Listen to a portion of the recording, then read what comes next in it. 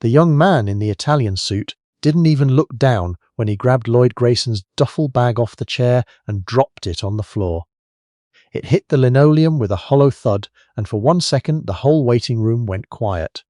Not the kind of quiet that follows a loud noise, but the kind that follows something wrong. Then the fluorescent hum returned, and the muted television in the corner resumed its talk show chatter, and most people looked away. That's what happens in waiting rooms. You look away. Lloyd watched his bag on the floor, watched the young man drop into the empty chair with the loose confidence of someone who'd never once questioned whether a room was his to claim. The man, mid-30s, dark suit, a watch that probably cost more than Lloyd's truck, patted the armrest and looked over at his friend. "Finally," he said, "my back was killing me." Lloyd bent slowly, the way a man bends when 76 years have done their honest work on his spine and hips, and lifted his bag from the floor. He held it in his lap. He did not say anything.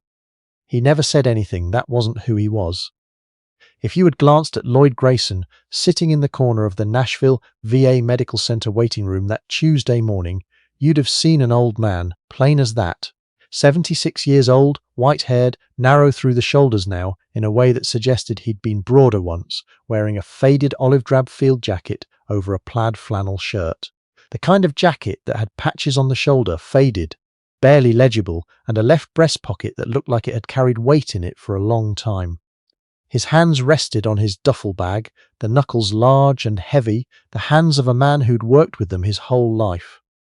He'd driven 3 hours from his farm outside Cookeville to make this appointment. The truck had overheated twice on I-40, and he'd pulled over both times, waiting in the heat with the hood up until the temperature gauge came down. He hadn't complained about it to anyone because there was no one to complain to. He lived alone. He had for 9 years, since his wife Margaret passed. He came to Nashville 4 times a year for his quarterly checkups, drove 3 hours each way, and he never once asked his daughter Carol to come with him because she had 2 kids and a job and he didn't want to be a burden. He'd bought his coffee from the machine in the hallway, 75 cents, the thin kind that came out hot and tasted like a memory of coffee rather than the thing itself, and found his usual chair in the corner, the one with his back to the wall where he could see the whole room. Old habit. He'd picked up habits like that in places where the habit kept you alive. He'd carried them home in 1971 and never quite managed to put them down. The waiting room was half full. Other veterans, mostly, ranging in age from a kid in his 20s with his arm in a sling to 2 older men across the room who had the look of career about them, the kind of stillness that settles in a man after a certain kind of war. Lloyd recognized it the way you recognize a word in a language you haven't spoken in years. He'd been sitting quietly for 20 minutes when they came in. 3 of them. Young, expensive, the kind of young men who fill a room with the sound of themselves before they've said a word. The one in the front, dark hair, Italian suit, that watch, was the one who'd taken Lloyd's chair. His name was Mitch Doran, though Lloyd didn't know that yet. Pharmaceutical sales. He and his 2 colleagues were at the VA Medical Center to pitch a new pain management contract to the hospital's procurement department. A meeting scheduled for 10:30. They had 45 minutes to kill. 45 minutes is a long time when you're young and important, and somewhere you don't want to be. Mitch dropped his leather portfolio on the coffee table, looked around the waiting room the way you look at a place you've already decided is beneath you, and pulled out his phone. Kyle, the taller one, angled across 2 chairs and opened a laptop. The third man, heavy-set, gelled hair, stood by the window scrolling through something that seemed to make him unhappy. "This is exactly what I pictured," Kyle said, not lowering his voice. "Government waiting room. Greatest healthcare system in the world." Mitch laughed. 45 minutes in this place. I'll need a psych eval after." No one responded to them. The veterans in the waiting room had the particular talent of men who've waited in worse places, under worse conditions than an air-conditioned lobby with a television showing reruns of a cooking competition. You learn to wait without wasting energy on it. Mitch noticed Lloyd after about 10 minutes. Or rather, Mitch noticed Lloyd's jacket. The olive-drab field jacket with the faded 101st Airborne Screaming Eagle patch on the left shoulder. The kind of jacket that had been through things jackets weren't designed to survive. "Hey!" Mitch said it just loud enough, tilting his head toward Lloyd, playing to his specific audience. You think that's from goodwill, or you think he found it? Kyle glanced over and offered a brief smirk. Village, he said in a tone that meant the opposite. Lloyd heard them. Of course he heard them. His hearing had declined some, but not enough to miss two men discussing him at 15 feet in a quiet room. He looked down at his coffee. The warmth had gone out of it. He had learned long ago, learned it in a way that gets into your bones and stays there, that responding made it worse. Not just because of the argument it would start, but because some people need you to react, to feel like they've done something. Take that away from them and you keep your dignity. You just have to be willing to absorb the cost. Lloyd had been absorbing costs for a long time, but his jaw tightened, just slightly. Mitch, emboldened by Kyle's smirk and the third man's laugh from the window, leaned forward in his chair. The chair he'd taken from Lloyd, and called across the gap between them with the cheerful carelessness of someone who's never once been made to answer for it. Hey, Pop, you actually served in that thing, or is it a look? The room went quieter, the kind of quiet that has texture to it. Lloyd looked up, met the young man's eyes, then looked back down at his coffee. Mitch shrugged elaborately for his friend's benefit. I'll take that as a no, he settled back. Probably couldn't tell you what decade it's from anyway. Kyle laughed. The third man laughed. Somewhere across the room, one of the older Korean War veterans exhaled slowly through his nose, looking at the wall. Lloyd closed his eyes. He was somewhere else for a moment, the way a man can be somewhere else when he's learned the trick of distance. He was on a ridgeline in Quang Tri Province, 1969, the kind of morning where the whole world smelled like rain and smoke and something copper and final. He was a 20-year-old staff sergeant who hadn't slept in 31 hours and who had just carried the last of 7 wounded men 200 yards across open ground with someone else's blood cooling on his hands. He was standing in the silence after, and the silence after was the loudest thing he had ever heard. He came back. He was 76 years old in a VA waiting room in Nashville, and an expensive watch was laughing at his jacket. He held his coffee with both hands and kept his eyes down and let it pass through him like weather. He had let worse things pass. 22 minutes later, the door to the facility's administrative wing opened. The man who came through it was in his mid-50s, carrying himself the way officers carry themselves when the posture has become structural rather than performed. Dress greens, silver stars at his shoulder, ribbons arranged in the dense, organized geometry that only accumulates after a career of genuine consequence. He walked with purpose and no wasted movement. Brigadier General Paul Whitaker was not supposed to be in the waiting room. He was headed to the director's office for the second half of a facility inspection, the kind of quarterly review that generals typically don't conduct in person, but that General Whitaker had been doing himself for 3 years, because he'd decided that the care of veterans in this part of Tennessee was a matter he was unwilling to delegate. He came through the door, glanced at his watch, and started across the waiting room toward the far hallway. He slowed. He stopped. His eyes had caught something. Not a face yet. A jacket, olive drab, faded, a particular cut he recognized from a particular time. The screaming eagle patch barely legible now. He stood very still for a moment, recalibrating, and then he crossed the room in the careful way of a man afraid the thing he sees might not be there when he gets close enough to be certain. He stopped in front of Lloyd's chair. Lloyd looked up. Something shifted in the old man's expression. Not surprise exactly, something quieter and more complicated. Recognition, maybe, or the particular weariness of someone who's been sitting alone for a very long time. "Excuse me, sir," General Whitaker said, his voice pitched low and careful. "Is your name Lloyd Grayson?" The room had gone very still, even the television seemed to dim. Lloyd looked at the general for a long moment. "Yes," he said, his voice was unhurried. "It is." What happened next was witnessed by everyone in that waiting room, and several of them would talk about it for years. Brigadier General Paul Whitaker, a man who had commanded 3,000 soldiers in 2 theaters of war, who had briefed the Secretary of Defense and testified before Congress and been saluted by men whose names appeared in history books, came to attention. Clean and absolute. The way a soldier comes to attention when they mean it with everything they have. and then he raised his right hand in the sharpest salute that waiting room had ever seen. "Sergeant Major Grayson," the general said, his voice close to breaking. "It is an honor, sir." Nobody moved. Mitch Doran stared. Lloyd looked at the general's face for a long, quiet moment, and something happened behind his own eyes. The careful distance he'd been maintaining since he walked in that morning receded like a tide going out. He lifted his weathered right hand and returned the salute with the ease of a man who'd done it 10,000 times in a different life. "At ease, General," Lloyd said softly. "You don't have to do that." "Yes, sir, I do."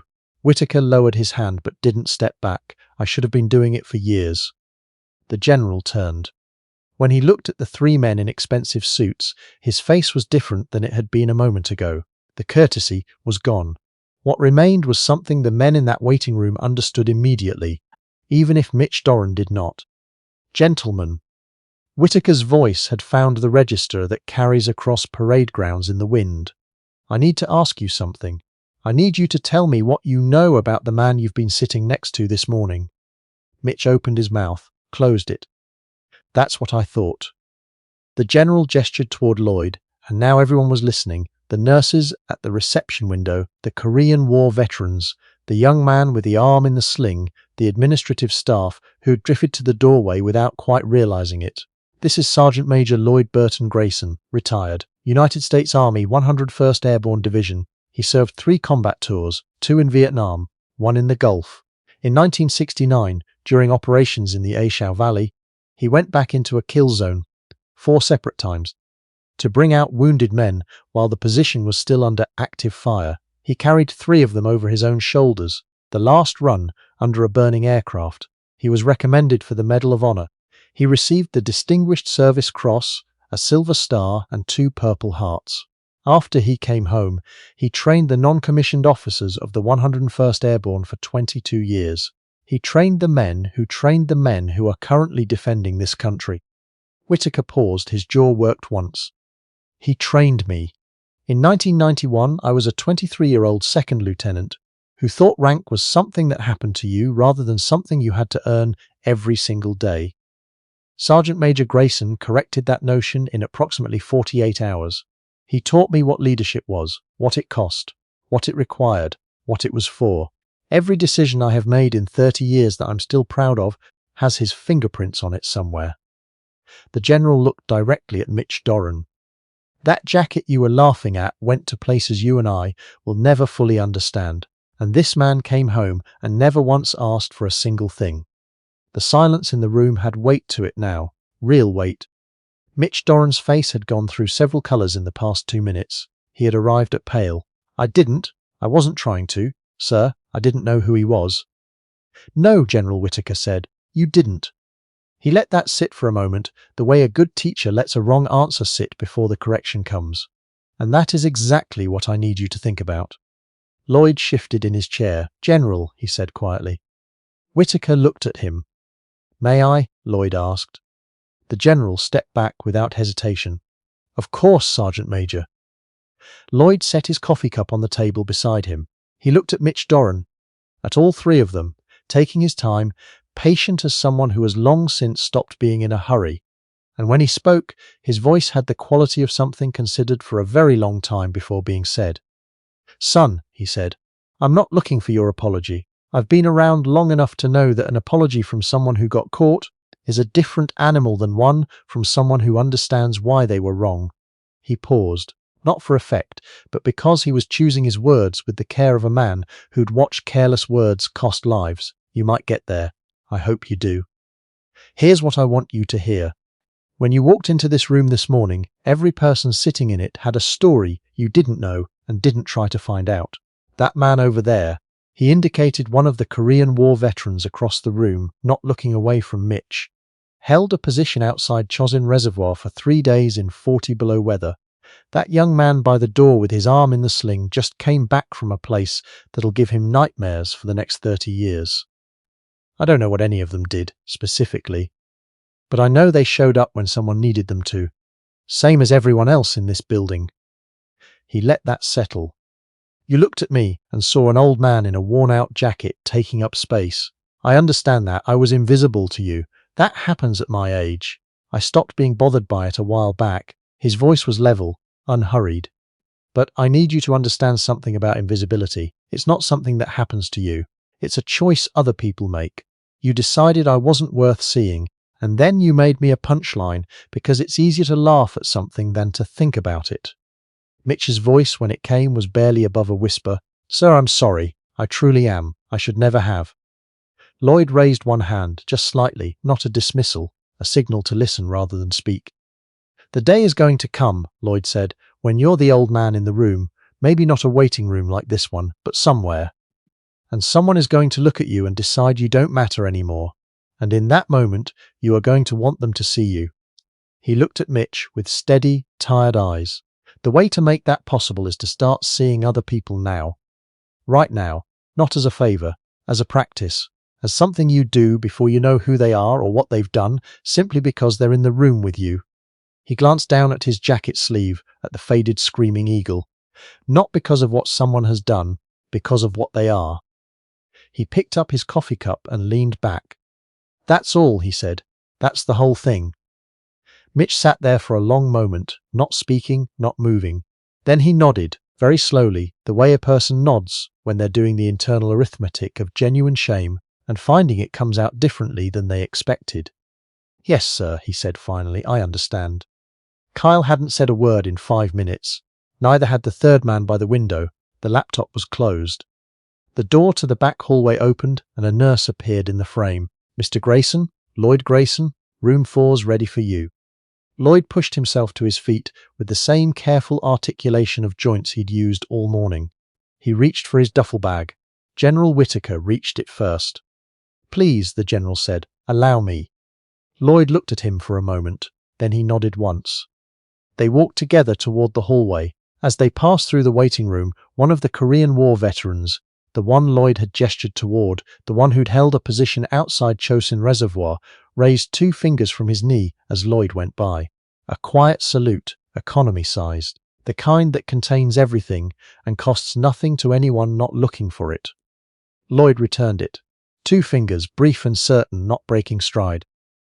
In the hallway, away from the waiting room, General Whitaker matched Lloyd's slower pace, without comment. They walked in the comfortable silence of men who have nothing left to prove to each other. "How's the farm?" Whitaker asked. Lloyd looked at him sideways. "You know about the farm?" "I know more than you might think, Sergeant Major. I've kept track. I hope that doesn't seem strange." Lloyd was quiet for a moment. "Margaret's roses finally died," he said. 2 years I've been trying to keep them going. I don't have a touch for it." Whitaker nodded slowly. "I'm sorry. About Margaret. I should have reached out when it happened." "You didn't need to." "No," the general said quietly, "but I should have." They stopped outside room 4. Whitaker set Lloyd's bag against the wall beside the door and stood there for a moment, not quite ready to let the hallway end. "I meant every word of what I said in there," he said. "Every single word." Lloyd studied the floor tile. Then, after a long pause, "You were a good lieutenant," he said. "Most of the good ones don't think they were. That's generally how you tell." Whitaker's eyes glistened. He came to attention one final time. Brief, personal, nothing performed about it. "Thank you, Sergeant Major," he said, "for everything you gave." Lloyd put one hand briefly on the general's arm, the way an old teacher touches a student he's genuinely proud of, and pushed open the door to room 4. The general stood alone in the empty hallway for a moment after the door closed. Then he turned and walked back the way he'd come. In the parking lot 3 hours later, Carol Grayson was leaning against her father's truck when the automatic doors opened. She'd driven down from Memphis when he'd texted that the truck was running rough, which was his way of admitting he might need help getting home, which was as close as Lloyd Grayson ever got to asking for anything. She saw him come through the doors with a man in full dress uniform walking beside him, and she straightened up and stopped, pretending she hadn't been worried. The general shook her father's hand. Her father said something she couldn't hear.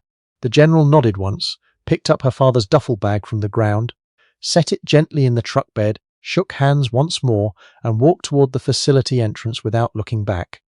He was that kind of man. Lloyd crossed the parking lot to his daughter. She watched his face the way daughters watch fathers, looking for what he won't say. "Who was that?" she asked. Her father opened the passenger door and got in without answering immediately. She went around and got behind the wheel. "Someone I taught a long time ago," he said after a moment. Carol looked at him. "What happened in there, Dad?" He looked out the window at the parking lot, the strip of Tennessee sky above the hospital roof, the particular color of afternoon light in August. "Some young people learned something they should have already known," he said. "They'll be all right." She started the truck. It ran smooth, whatever had been done to it while they were inside. "Dad," she said. She didn't know exactly what she wanted to say, so she said the true thing. "I don't tell you enough that I'm proud of you." Lloyd looked at his hands, those large knuckled hands that had carried things and built things and, a long time ago in a country far from Tennessee, brought men home when everything said to leave them. "You say it enough," he said. "I don't." He was quiet for a long time as she turned out of the parking lot onto the street, the city giving way to the long corridor of highway that would carry them north and east toward home. "I'm tired," he said. "Just tired, sweetheart." She drove. The radio stayed off. Through the windshield, Tennessee unrolled ahead of them, long and green and unglamorous and his, and Lloyd Grayson watched it go by with the same patient, unhurried attention he brought to everything, the same attention he'd once used to watch a tree line for movement, now aimed at something quieter and no less necessary. He let her drive. That was already more than he usually allowed himself. Mitch Doran sat through the pharmaceutical pitch meeting at 10:30 and said almost nothing. His colleagues picked up the slack. The meeting went fine, or fine enough. He signed documents and shook hands and walked out of the VA medical center into the afternoon heat. He did not immediately get into his car. He stood in the parking lot for a long time, thinking about the waiting room, about the bag hitting the floor and the sound it made, about the old man picking it up without a word and holding it in his lap, about the general's voice, not the anger in it, but something underneath the anger, something that sounded like grief. He drove home and looked up the Ashau Valley. He read for 2 hours. He found Lloyd Burton Grayson's name in an archived article from a 1990 Army Times profile he almost didn't believe was real until he read it twice.